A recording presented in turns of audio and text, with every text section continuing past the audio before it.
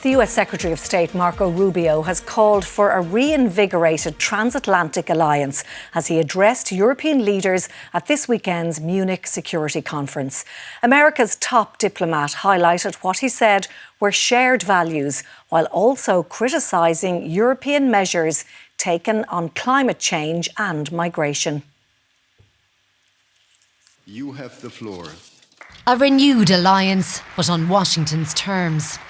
That's what US Secretary of State Marco Rubio appeared to be offering European leaders as they gathered in Germany for the annual Munich Security Conference. We want allies who can defend themselves so that no adversary will ever be tempted to test our collective strength. This is why we do not want our allies to be shackled by guilt and shame. We want allies who are proud of their culture and of their heritage. It comes amid growing tensions over the transatlantic relationship, a rift that began with a scathing speech delivered by Vice President J.D. Vance at the same event in Munich last year, and further heightened by US-imposed tariffs, plus Donald Trump's efforts to take control of Greenland. Today, a warmer tone, although the substance remained the same.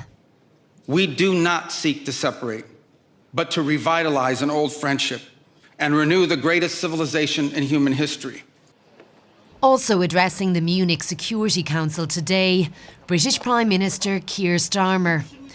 After a difficult week at home, today his focus was on the UK's place in the wider world, stressing the importance of deeper links with the EU, including the single market. We are not the Britain of the Brexit years anymore. We want to work together to lead a generational shift in defence industrial cooperation. Now, this includes looking again at closer economic alignment.